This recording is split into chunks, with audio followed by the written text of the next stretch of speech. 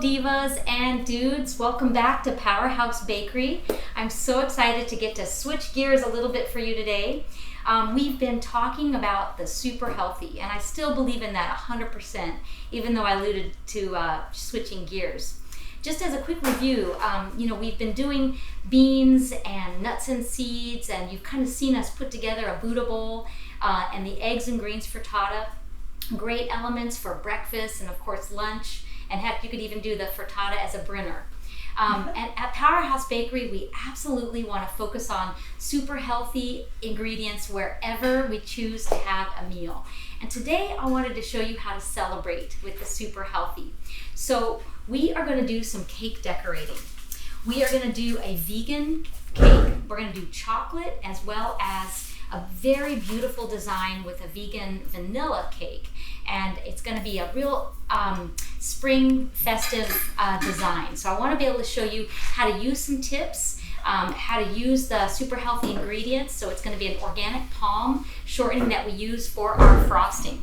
So this is a product that you can find at H-E-B, or you can order it online, which is what we do now. But it's a very high grade organic palm shortening. So it is a vegetable base. It contains no soy. It's very soft and creamy, and it does a wonderful job making a beautiful texture. Now the frosting that we're going to make today is going to have sugar in it, but of course we can do a small amount of the real thing. You've heard me talk about that a lot, and still get a wonderful product and still have a beautiful texture and consistency to do some decorating.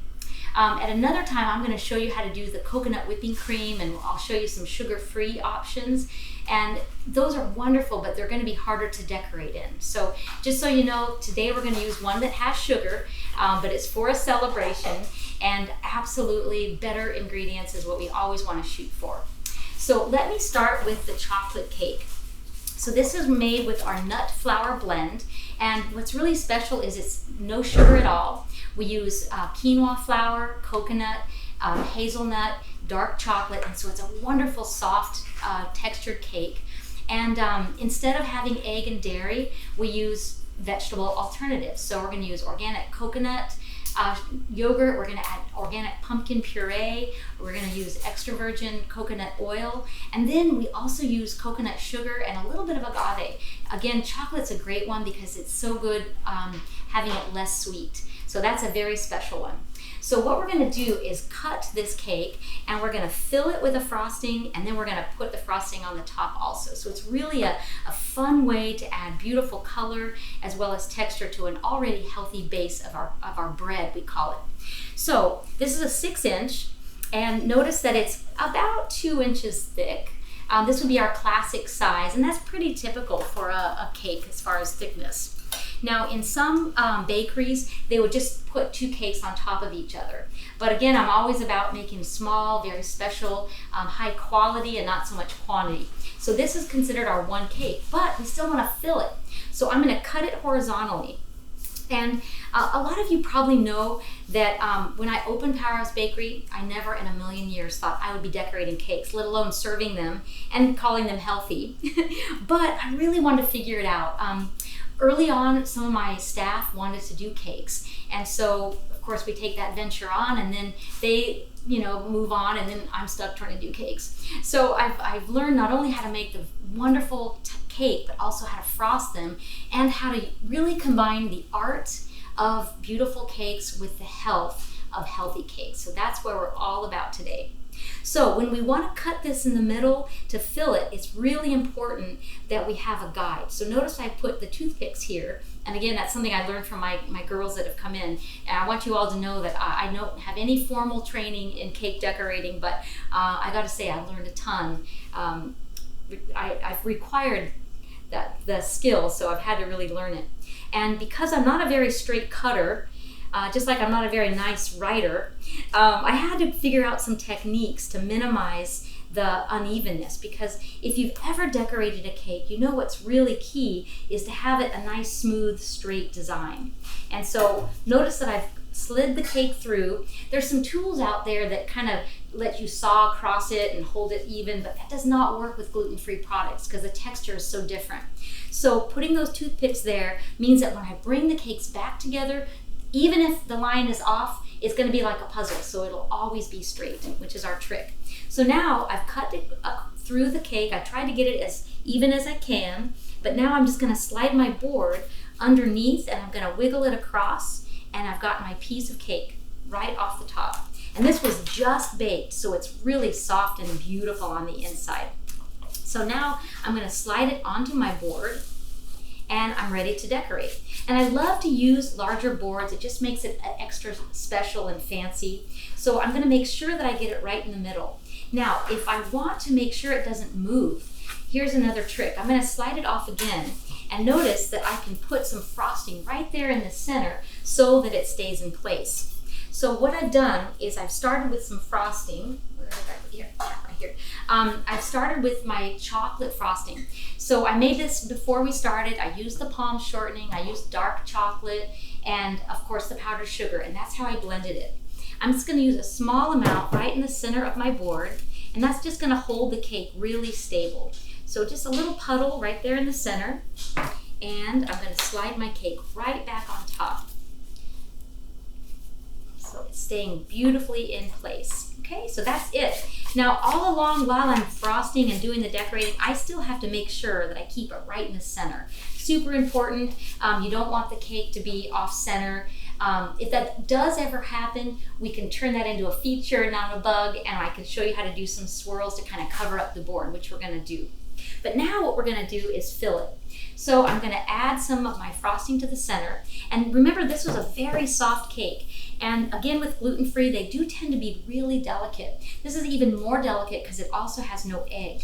So notice I'm going to rock the knife side to side, and that helps me to spread out the frosting. And I'm going to get it all the way to the edge, and I want to make sure that I get just enough. Again, portion is always big for me, so I don't want to over frost it. In fact, one of the really beautiful decorating styles right now is called a scraped design or nude, and that basically means that most of the frosting is in fact on the inside, and you kind of scrape it off the outside. It's a beautiful way to go. But for this one, because I want to show you some fun techniques, we're going to have it just on the inside and the outside. So now notice I'm going to slide it right off my board, and I'm going to line up the toothpicks so that my cake is going to be as straight as possible. I'm going to line it up, so I'm going to make sure I've got everything as aligned as possible before I take out the toothpicks. Okay, so now I'm happy with it, and it doesn't look like much now, but it's going to turn into a beautiful little cake. And we're going to do a real simple one with this chocolate. So now I'm going to do the crumb coating. So you notice I'm kind of fighting with some crumbs, and that's okay. This first run through with the frosting is just to tighten in all of those crumbs. And once I get this initial frosting on, I'm going to put it in the refrigerator, and I'm going to let it chill, and then it's much easier to work with. But notice that the frosting is a beautiful creaminess. This is something that I've learned over the years is really quite subjective. Some bakers love to have the frosting thinner and some thicker. I have recipes for people to follow when they come in and decorate with me, but honestly, it's something you have to get a feel for. You have to just kind of get comfortable with what texture you work best with. So notice that I'm having this great little platform that rocks around. It rolls really smoothly. Absolutely key for doing a nice smooth look. And again, I'm using that same rocking fashion, and I'm rolling it so that I'm using the edge of that blade to keep everything really straight and smooth. And again, with clean hands, I can use my hands to kind of adjust the amount of frosting that's going to go into this crumb coating.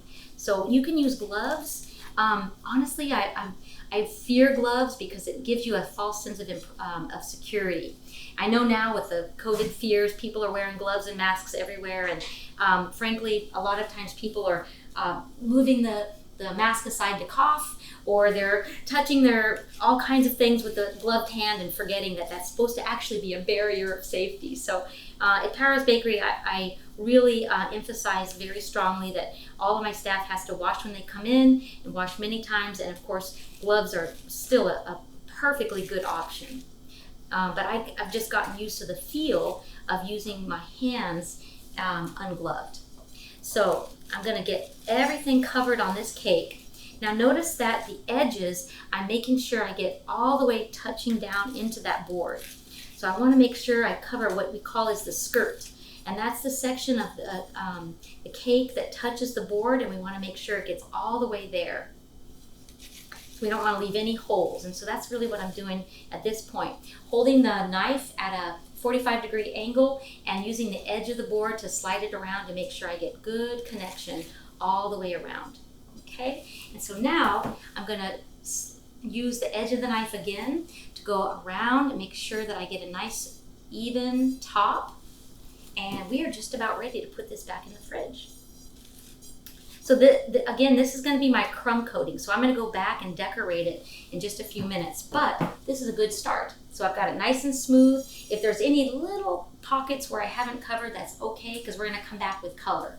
Okay, and so now I'm going to make sure I've got my cake over to the fridge, and we're going to start with mixing another color now. So I've got the palm shortening I wanted to show you, and I've got my scale here because it's really a good idea to go with a set recipe first, especially if you're not familiar with palm shortening or really how to mix frosting. You want to try to at least get the basics. And in general, the basic ratio is twice as much powdered sugar as the fat. So it's a 2-to-1 ratio. You guys have heard me talk about that before. And so when I put on the scale my shortening, it's going to come up to about 16 ounces. And there we go. Perfect. And I'm going to now use kind of a nice little cheat, because these bags of powdered sugar are already measured out into 2 pounds. So I don't have to weigh that again. But it's a nice handy way to have your powdered sugar as 2 pounds, your fat as 1, and now I'm going to mix it with my KitchenAid. So I'm just going to show you how I assemble it, and I'm going to whip it together. So fat goes in, and I always warn my students to mix at every stage. So super important even with this. And you want to use a whisk attachment. You don't want to use the beater bar because it will make a mess with your powdered sugar. So I've got this one attached here. And I'm getting that fat all creamy.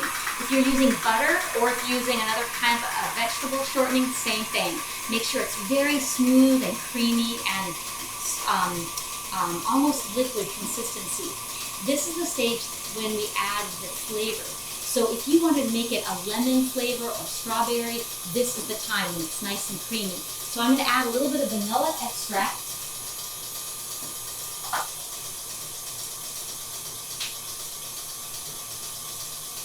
It's usually about 2 teaspoons, and actually I decided to use orange on this one, and that way it's going to give a wonderful bright flavor.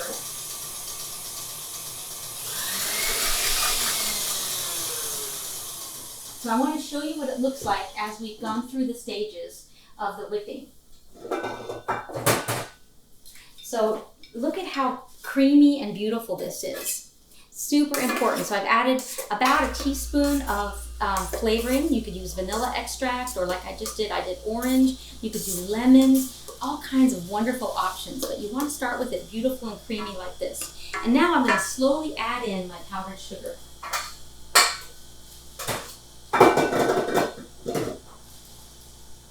And so that it doesn't splatter out, I'm going to just sprinkle it in with the KitchenAid on low. Little end at a time.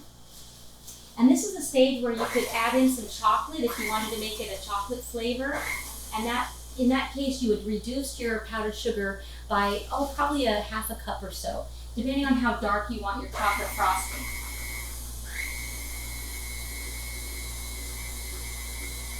And this is also the stage where you might decide to add in some kind of liquid. In this case, I'm going to use a little bit of rice milk. But what I encourage is you first get in all of your powdered sugar, see what kind of consistency you're dealing with. Here at Powerhouse Bakery, if you've ever been here, you know the bakery is pretty warm, so it definitely changes the consistency of your frosting, depending on how warm it is in your environment.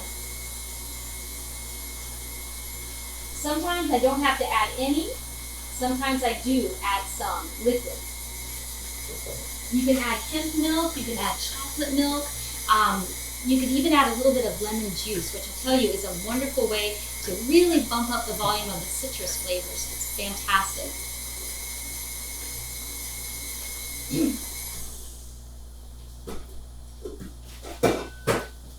Okay, I want you to see what the consistency looks like. So right now I've got a little bit more of the sugar that I have to put in, and look, it's starting to be pretty stiff, right?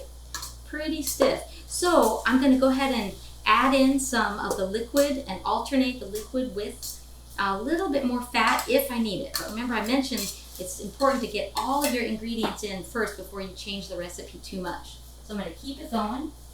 I've only got a little bit of powdered sugar left in my 2 cups.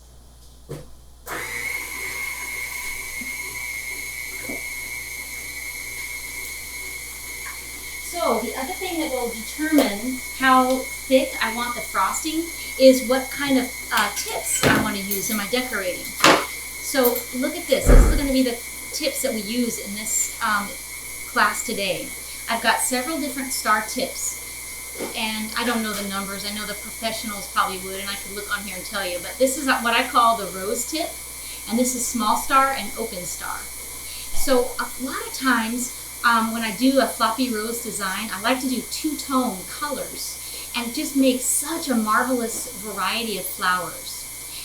In order to fit my piping bag, this is going to be what the piping bags look like. And this is, I think, the best size. It really gives us a great kind of middle of the road as far as amount you're going to put in your bag, and it gives us plenty of room for our tips. So I'm going to open this up, and I'm going to drop my tip in, and then I just snip off the end, and it's ready to go. So make sure you don't snip it off too high, and then your tip would fall through. So you want to make sure that there's just enough room so that it's folding nicely right there at the end. And then you pull your bag open as much as you can, and you've got a really good way to add that frosting in. Let's see how it's looking in the blender.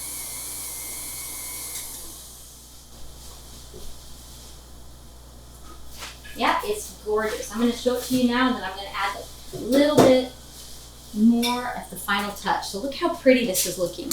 It's creamy and beautiful. So now that I've added in the powdered sugar, I'm just going to add a little bit more, finish it off, and it's going to be gorgeous. And then we're going to fill up our pastry bag, so we'll have several different colors to work with. And that's where the artwork really comes in, I think, is being able to blend colors so that it's beautiful but also appetizing. Okay, so the last bit of my 2 pounds of sugar are going in.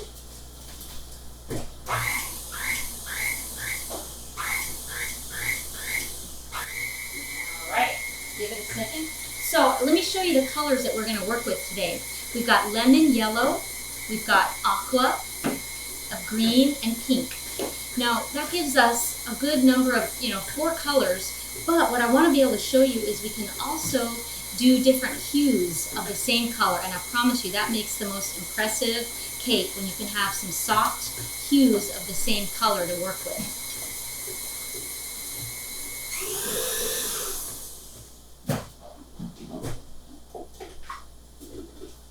So now I've got my beautiful frosting, and I'm going to pull it out of the mixer, and we're going to start to add to these small bowls so I can mix my colors. Because that's going to be where you get some really fun variations. And then I'm going to fill the bags with the colors, and in a couple of the bags I'm going to do that color blend, so I can kind of show you how you drop those colors in and get a beautiful mixing of those tones.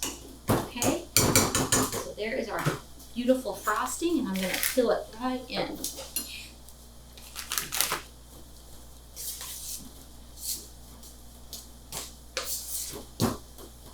Actually, I'm going to give it a little more liquid. I tell you, it's all about getting that texture that you're comfortable with mixing.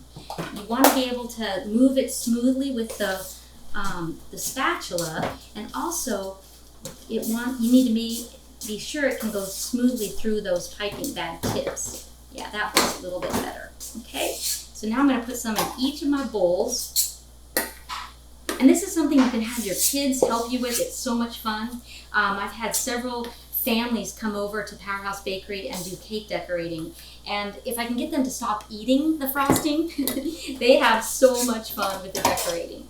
And so I'm going to give us lots of technique, but just know that the most important part is to be able to have fun with this. And of course, we do not eat cake very often, so when we do, we want to make it a real special occasion and make it pretty and fun. During the holidays, we do cake decorating and cookie decorating. We're so close to Mother's Day right now, and it's just a really special time to get to do some special decorating and celebration cakes. So now I've got my 3 bowls. I'll go ahead and do one more, but I also want to make sure that I've got enough of my plain white to be able to add on to my cakes. Okay, so here we go. Got some plain white in with my small star tip. Okay, so we got that one ready to go, just for a little bit of color. And let's do our mixes. So we're going to do a little blend of yellow, tiny amount of color. Remember, it does not take much of this. A little bit of blue, a little bit of pink, 1 drop. I promise you, it's not very appetizing if you get colors that are too bright. Now we're going to start the mixing. So let's start with the yellow. See how beautiful that color turns out. And I'm going to fill the bag with 2 different colors so you can definitely get an idea of how pretty they come out. See, that's a soft lemon yellow. And remember, I added just a touch of orange extract, so not a lot. We don't want it to be overpowering, but we want to give it some interest and intrigue. So now let me show you how I'm going to fill the bag with 2 different colors, starting with that yellow. So we're going to use our larger tip, drop it in, slice off the end. Remember, I'm going to measure it so I don't get too much open. And I'm going to start to scoop in some of that yellow. So drop it in on one side. See, so I'm going to leave a little opening. Now let's mix up our next color. Beautiful pink. I just did 1 drop in about, probably a 1.5 cups of frosting. Makes it a soft, beautiful color. Now check this out. I'm going to leave some right off to the edge. I'm going to add another little drop so I can have 2-tone. And now I'm going to add both of those in to the other side of my bag. So look how I'm going to drop it right in side by side. I've got a little bit of 2-tone in there, so it's going to be really fun to play with. And now we're going to bring our cake back, and we're going to do the fun part. So here is our gorgeous chocolate cake with the palm shortening, and we are going to start some decorating. So let me smooth out the top real quick for us.